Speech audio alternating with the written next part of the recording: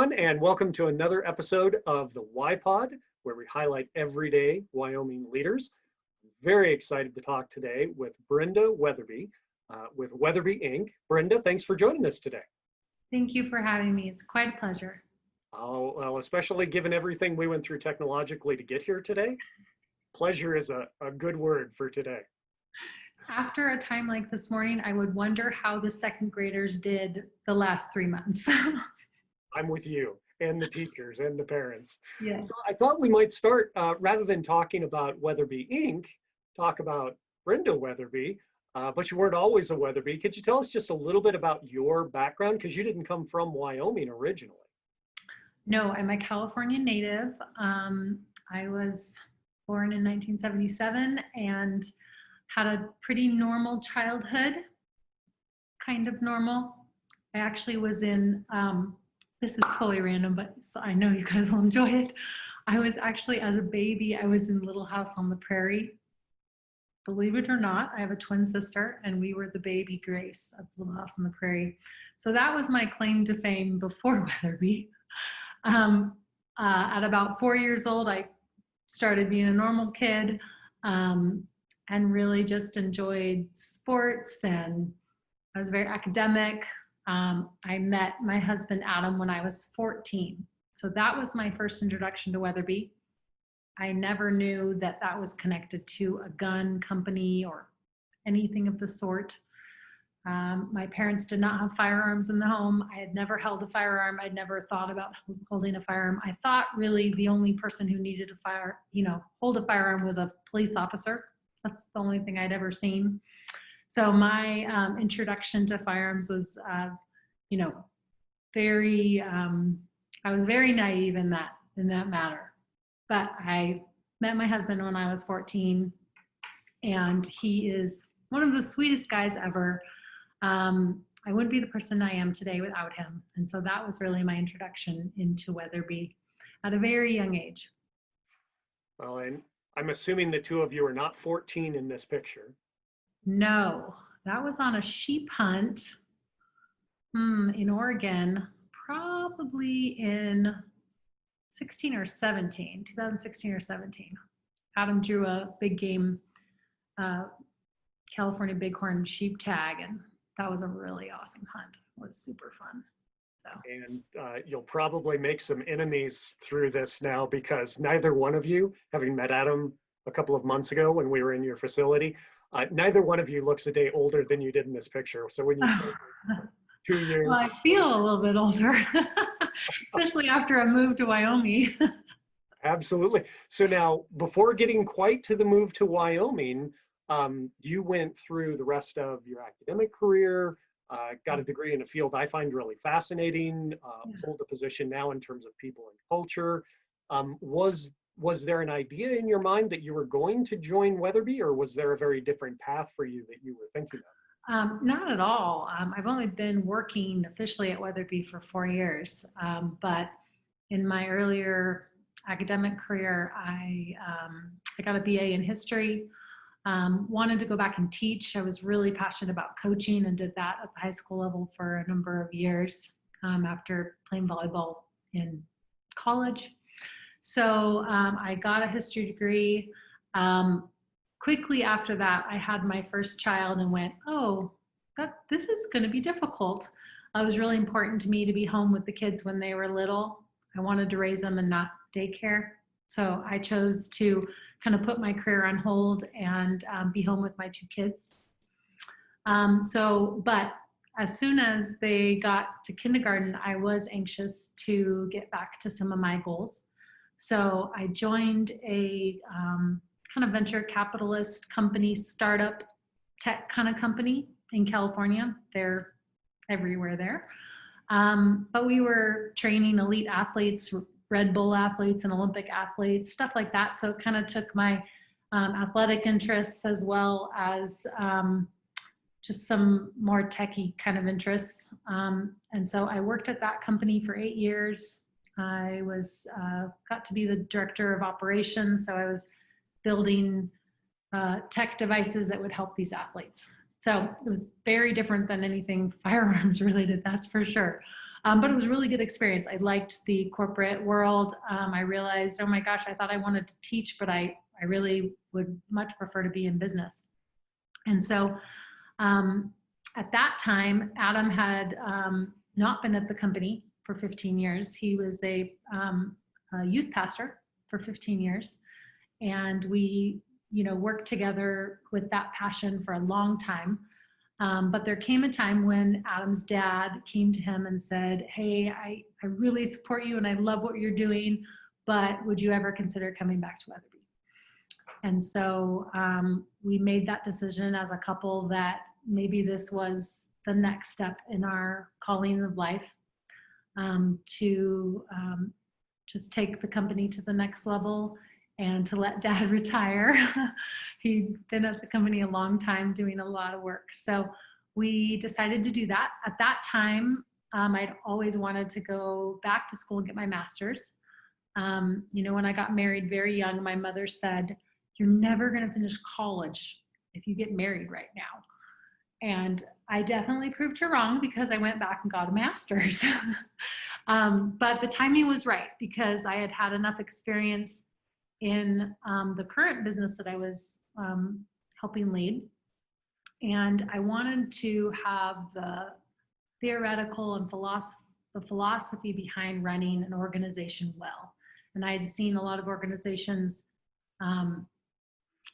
maybe not get to the level of success because there were some pitfalls of leadership that are very common to all of us. It's really hard to be a good leader. I don't think it comes naturally to anyone. Maybe not anyone. There are some born leaders, but all of us can be better leaders. And so I went to Colorado State University to pursue my degree in organizational leadership. So I did that. I thoroughly enjoyed it. Things I had never thought about. And in the midst of that degree, Adam was just coming back on the scene as, at that time, COO of Weatherby. Adam's dad was still kind of there. They were kind of making that transition. And so as I was learning things in my master's program, I would tell Adam about them and, hey, we need to do this type of performance coaching, or we need to have this kind of culture statement, or what kind of accountability are we communicating and, advocating for, and all these types of things. And so it seemed like almost every project that I had to do through my master's program was some problem or question or improvement that Adam wanted to make at Weatherby. So he'd say, well, wait, could you research a way that we could do that at Weatherby? So it was funny, I wasn't working at Weatherby, but I was using some of the things I was learning at Weatherby well before I was employed there. And so we did a lot of I did a lot of those things for him as I was going through a master's program. I remember at one point he said, you should just come to work at Weatherby when you're done with your degree. And I was like, I don't know. I'm not quite sure. How's that going to work? Husband, wife, I think my biggest hesitation, Adam and I'd worked together a lot, so I wasn't worried that we weren't going to get along. It was more what were the employees' impression of me working there? What was that going to be? And was I going to have enough credibility that I just didn't get a job because I was Adam's wife? And that's not what I'm about. That almost makes me cringe. And so I really hesitated on that. We went further along my capstone project, so kind of my main, project that ended my master's was actually on relocating a business out of state. Interesting, because Adam had just at that time been like, how are we going to make it here in California? This isn't our future. We can't be a successful company here. It's only going to get worse, blah, blah, blah, blah. So he kept talking about that. And I was like, oh my gosh, that sounds like a really difficult problem to try to solve. And so I took that on as my capstone project, which was very enlightening. I think what I learned during that project, it was harder than you think it is to move a company across the country, recruit all new employees, build a culture that is positive, intentional. Gosh, it's so hard when you're moving to be intentional because you're just barely surviving. So it was a really interesting time. I would say that the move to Wyoming really solidified Adam and I's leadership, because before that time, we were kind of Ed's kids. You know, we were the kids. Like, some of those employees had worked for Ed for 40 years. And so it really was an amazing chance to have a restart in so many ways. I think I kind of skipped ahead, but that kind of goes over some of my background. So I guess you somehow, Adam, talked me into working for Weatherby. I will say when he actually started talking about it seriously, I said, well, you're going to have to give me a job description and an offer letter and I'll consider it. So I did take it very professionally, and I still try to do that. We have a very family feel here, but I'm head HR. So if Adam says something out of line, I just call him on it. And I'm like, you can't do that, you know? So we really try to have our roles and be very good at what we do. And there's times when he's like, oh, I don't know, you'll have to ask Brenda about that. And I do the same. So it is a very delicate balance, but we really, really enjoy leading the company together. So.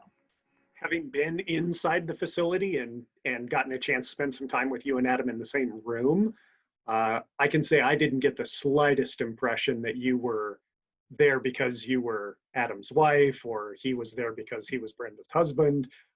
You guys both carried your own style and your own demeanor as you went through the conversation that we had. Mm-hmm. So I don't think you have any cause to be concerned, although I appreciate you being concerned about it. Yeah. And the move to Wyoming, it did help that. You know, when we were in California, I think we couldn't be as confident as leaders. And all these employees are our employees. They're not Dad's employees. So it is a neat, it was a very neat transition to be part of. Yeah. For folks who aren't familiar with Weatherby, one of the things that struck me about it was that you have a vision for what you do in addition to just manufacturing really elite firearms. Could you talk to us just a little bit about what Weatherby represents to you? And it might tie into this idea of inspiring the dreams of hunters and shooters. Yeah, I mean, I always find it challenging to make a mission statement or a core value statement real and not just words on a page, because it really, for it to be real, it has to be like real, not only inside of each leader's heart, but actually in each employee's heart, that we really know why we're here. And so we exist to inspire the dreams of hunters and shooters, is like, we desperately know in order to be a company, we have to do something unique. And it's really hard in the firearms industry to like be successful. It's really hard. It's really hard to make a quality product that's innovative, that you can sell for more than you can make. I don't know how else to say it. It's just really difficult. You have some huge conglomerates that can, make a lot of cheap stuff, and they can make it that way, but we can't do it that way at all. And so to inspire the dreams of hunters and shooters, it's not just the product, but it's selling an experience that means a lot to people. And I have so many times I have candidates come in for recruiting for a new position or something, and they're like, oh my gosh, I remember that Weatherby in the corner of my dad's safe, and that's the one we couldn't touch. And I couldn't wait for the day that he would hand that down to me. And I look at him like, are you joking? Like, that's amazing. Like, Adam and I don't take that lightly. Like, and there's not really, like, that part of Weatherby was not because of us at all. That is because of the legacy that Roy and Ed had before us. And they were so committed to not only a quality product, but a relationship with their customers. And time again, you will hear old guys call in and they're like, oh my gosh, I remember going down to the Southgate building and talking to Roy. It was a Saturday morning and no other owner would have been there, but he was there and he let me in and showed me around. And so he lived and breathed this company. And so that's a huge honor that Adam and I don't take lightly. We just sometimes can't believe that. And so it makes us very driven to continue that inspirational product, one that stands above, always seeking to give our customers the best that we can. So. And for anyone who is watching this and doesn't already follow Weatherby, if you're at all interested in this idea of what it means to be a hunter or a shooter, the kind of experiences that you have, the types of emotions that you feel, you guys do a fantastic job on social media. You have a lot of content that you put out. You have an in-house podcasting studio, which makes me very jealous. So lots of different ways that people can follow you and keep in touch with you. And I'd really encourage that because I think you guys do a fantastic job, not just of marketing a product, but this idea of touching into the emotion that lies behind it. Yeah, a lot of our, I would say most of our employees are avid hunters and shooters or want to be. They're like, I want to learn. And so we try to be very genuine about, the like ups and downs of hunting. It doesn't always go perfect. It's not your picture perfect show. It's not your picture perfect social media post. Like last elk season, I just had a horrible hunt with multiple mistakes. I actually ended up with an elk that I didn't deserve after making so many mistakes, but that's just part of hunting and that's part of learning. And so we try to be genuine in that this is a passion that we can follow. It doesn't always go perfectly. Actually hunting, it's so funny. We, as hunters, sometimes we think like we're going to go out, we're going to do this, we're going to do that. We plan it all like it's a ride at Disneyland, like it's on a track. And then we're like, wait, why didn't that go as planned? It never goes as planned. But that's what keeps us coming back for more. That's what is the thing that's so inspirational because people don't know what to expect and they can't wait for the next year to like have a new adventure that's totally different than the last. So that generational like memory making, it's found in no other hobby, I don't believe. Well, again, you guys do a fantastic job of putting great content out there that I think folks would really gravitate to. I'm not going to say that it's a good transition to say things don't always go the way you planned, but when we talk about the move from California to Wyoming, I'm sure there were surprises. The question that comes to mind for me is, what have you found it like to be in Sheridan, Wyoming, as opposed to being in California? What's the experience been like for you thus far? Gosh, it's been wonderful. Besides getting used to winters are hard, but I think even native Wyomingites know that winters are hard. Being in a small town, having a lot of support is really amazing. That's amazing. Being in a state that really is acting to preserve our freedoms is amazing. We always said when we were looking for a state to move to, we were like, oh my gosh, how are we going to do this? And Adam would always envision like a choo-choo train, like a train. And he'd think of the caboose and the lead, whatever the lead car is called. So we really felt like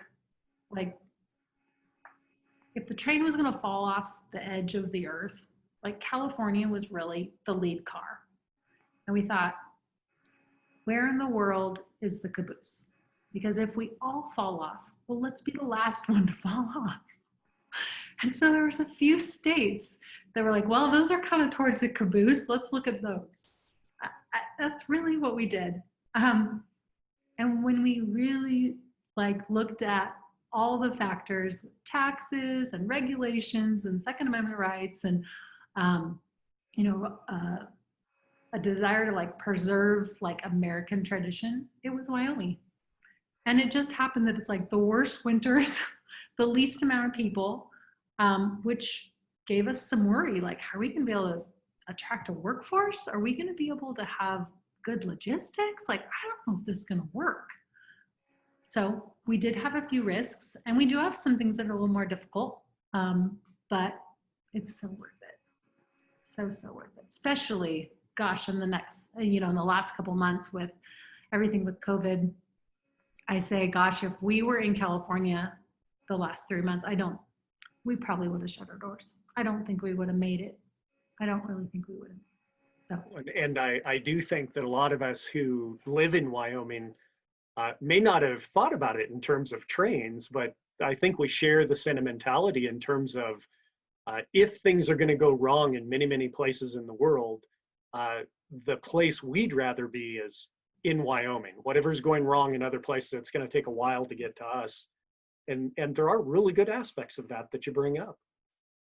Speaking of people, when you shifted into Sheridan, it looked, based on some of the photos I saw, as though you got a tremendous welcome when you moved into the community, which I was really glad to see. And also talking about the people who are involved, and this begins to move us into your facility so folks can get an impression of it. I will say it's only an impression, so if you have a chance to visit, you should definitely do that. But when you walk in the front doors, what you see inside the front, in my mind, had a very unique combination. It was both the opportunity for you to purchase certain pieces and you guys do a great job of your swag, by the way. My wife, Elisa, had to buy something before we walked out of the room, and she still wears it quite a bit. And you also have a showroom, a historic feel to it. Could you talk a little bit about what the thought process was going into constructing the lobby, the visitors entrance? Yeah, when the governor really sat down and talked to us about, their desire to really help us build a building that would be unique for us, we were like beyond our wildest dreams. You're like, oh my gosh, we get to build this how we want. And it was just really, really amazing. And so we knew this was our chance and we never want to move again. So we're like, we better do it right. So Adam and I were heavily involved in that. And then I kind of took over the reins of the facility and how to make it the best home that we could. And in the past, there'd been some showrooms down in Southgate, the original building on Firestone Boulevard, which is the famous building that had the, full-size polar bear and all that. The old timers will say that was Weatherby, but they had some historical stuff in there and lots of taxidermy and all kinds of things. But when Ed had moved it away from Southern California, all of that memorabilia went into these crates, and they were stored for decades and decades. Actually, this goes back to my bachelor's degree in history. For my senior project for my bachelor's, I actually did it on Roy Weatherby, and I dug through those crates and found all this, primary documents of things. It was just enlightening to me. And so when we were building this, I was like, wait, where's all that stuff? Like, we have to put that on display. It's so amazing. So we did want this to be half museum, not really museum, but we wanted to be half historical. And then we wanted also to highlight our current products, our custom shop offerings, and then have something, if someone couldn't afford a gun, at least they could take away a hat or something that they felt was special. And so we also sell a bunch of seconds in there. So we have a lot of show guns and things that have been on like a hunt or two, and then we're able to discount those very heavily. So we have locals that come in like every week. Do you got anything new on the seconds rack? And we're like, well, go take a look, So it is fun to have repeat customers and people coming in. I think people appreciate the historical part of it. I don't know if they can see this picture, but right behind that pink shirt, that black case has all of Roy's gunsmithing tools and all of his old logbooks of different calibers and shooting accuracy stuff, like everything by hand. He was like a fanatical, he documented everything, he kept everything. And so it's just a small piece of the person he was. And so since he's no longer around, it's kind of fun to talk through how he began the company and how he brought it to success. So we tried to have it be like an innovative flair, but then also kind of that Old West, but not too much of either. So we tried to have a good mix of that. We wanted to be cozy. We wanted people to feel like it was something special when they walked in, and I think we did. So cool. I would very much agree with you. The other thing that I found interesting, because we were in your lobby with a group before we did a tour, and there were some people who were very interested in firearms, and there was a lot for them to look at. And then there were people in the group who were not interested as much in firearms, but it was still very interesting to them because you had found that balance. So I would hope as people consider traveling to visit the facility, they don't feel like only someone who's interested in firearms would find this fascinating, because I think that's quite the opposite. On the left on the screen, people will see just another angle looking the other direction in your showroom. And then on the right-hand side, there's a very unique room. Could you tell us just a little bit about this room? Yeah, so this is kind of our gun vault, I guess you would call it. But it has a lot, well, on the right, you'll see kind of those guns vertical. Those are kind of our current production guns. So someone can go in and pick up any gun, hold it, feel the trigger pull, blah, blah, blah. But the other guns that are in there are all very historical guns. For a long, again, decades, these guns were on pallets in the warehouse. First prototype of the 300 Weatherby, or first Mauser action. I mean, just things that gun people go nuts over looking at, silhouette pistols and things that there's maybe one or two only, that exist. So we were able to take those off of those pallets in the warehouse and actually let people look at them, which is super fun. We do have kind of the evolution of the Mark V, so people can kind of understand how that Mark V evolved from taking Mauser actions and recontouring barrels and actions and everything to fit the Weatherby caliber, all the way to 1958 when we actually came out with the Weatherby Mark V, and then the evolution from 1958 till today. The last gun is the Sheridan, Wyoming commemorative rifle, which is that gold inlaid, something Grandpa would be proud of, because all of his guns were very fancy. Most of our guns are very fancy. They're really utilitarian now, based on the hunting that's done now. But he would like that gold inlaid gun on the deluxe stock with Sheridan, Wyoming mountains in the background. So that's the last Mark V in our lineup. And we, have a write-up kind of describing each of those phases and what was important about it. So. And it is a remarkable piece, again, even for someone who's not a firearms aficionado. I think there's a workmanship, a craftsmanship to it that I think a lot of people could appreciate. And again, even if you're not a firearms fan, but if you find yourself in the facility with someone who is, it's a good place to go and look and just admire the craftsmanship that went into some of the work. Shifting a little bit behind the scenes, take folks through a fairly brief insight into the manufacturing process so they can get a feel for what you guys do in your facility. Here, I think you have manufacturing engineering going on. Is that correct? Yeah.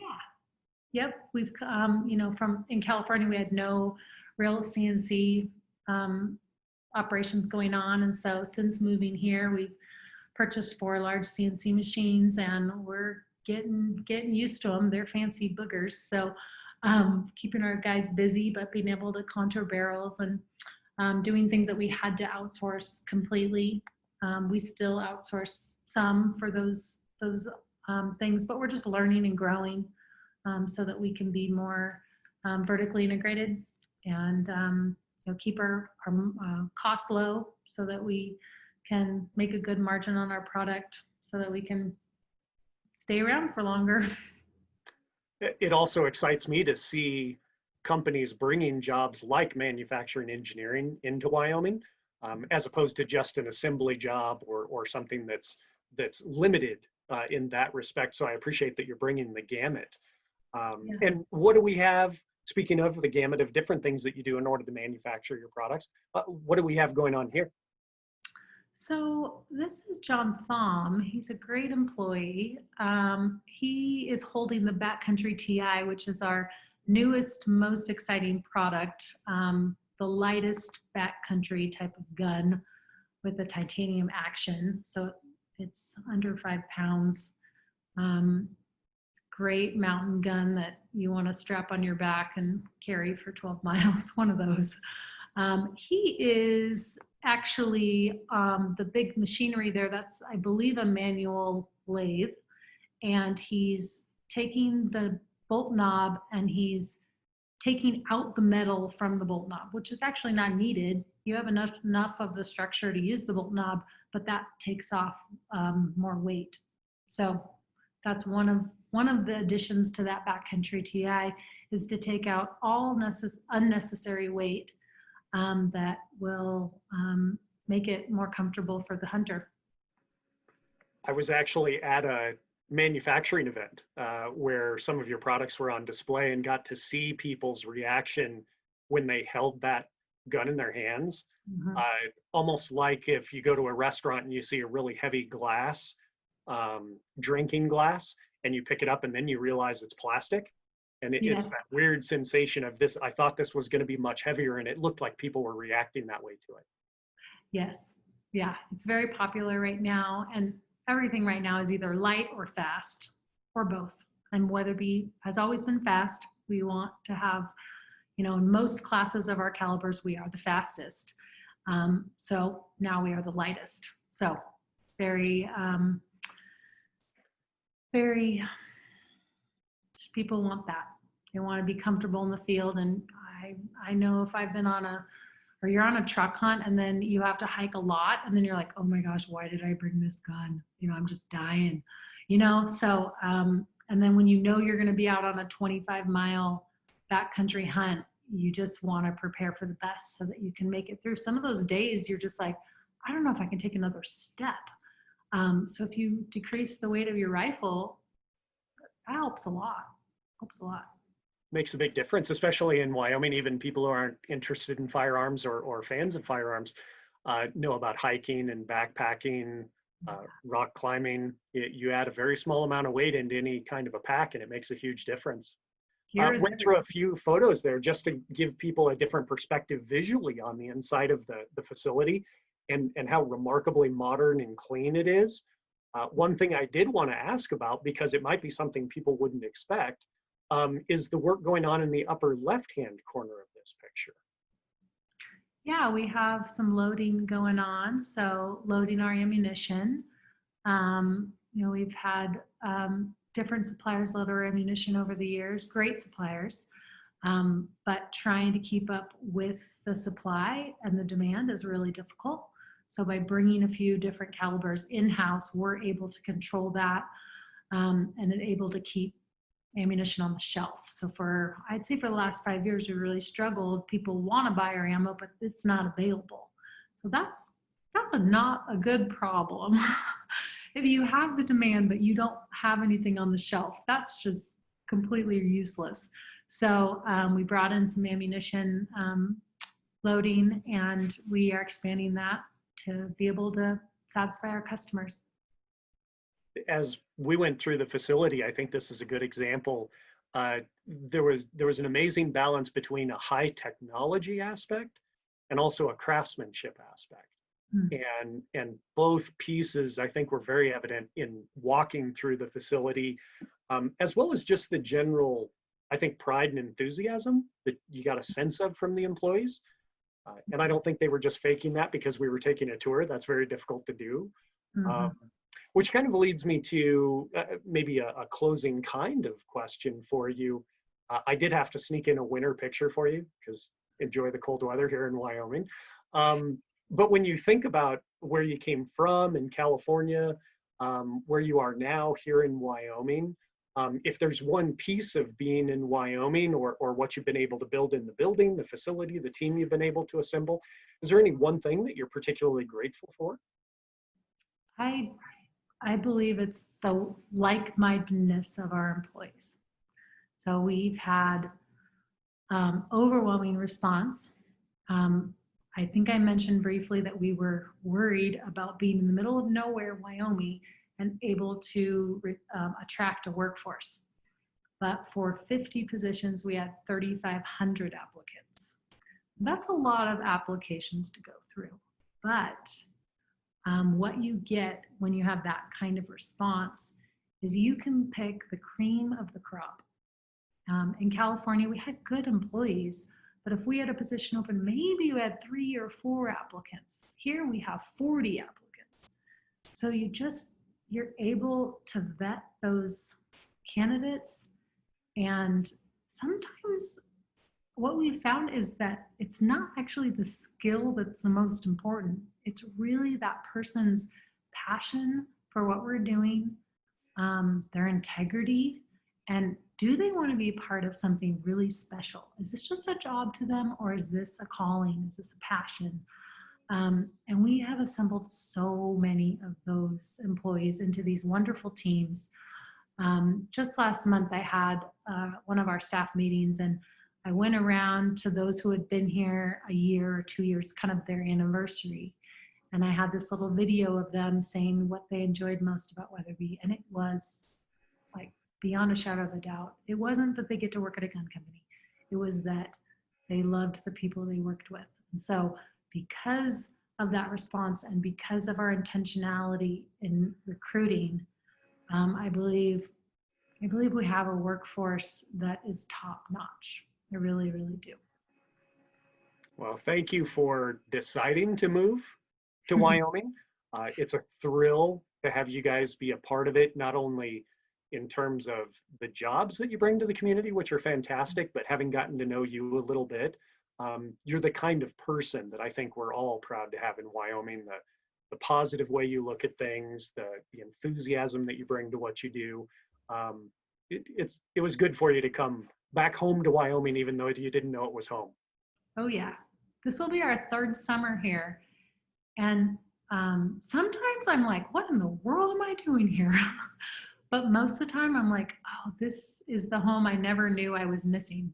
Like it's just, even last night I was sitting out on our hammock, looking out over the big sky that you just couldn't see that far ever, except if you're maybe at the ocean, which is gorgeous. But you just could never see so far into those mountains and that sunset and that wind that just makes you know you're alive. It's just gorgeous. It's just gorgeous, and it's just so wonderful to call Wyoming home. It really is.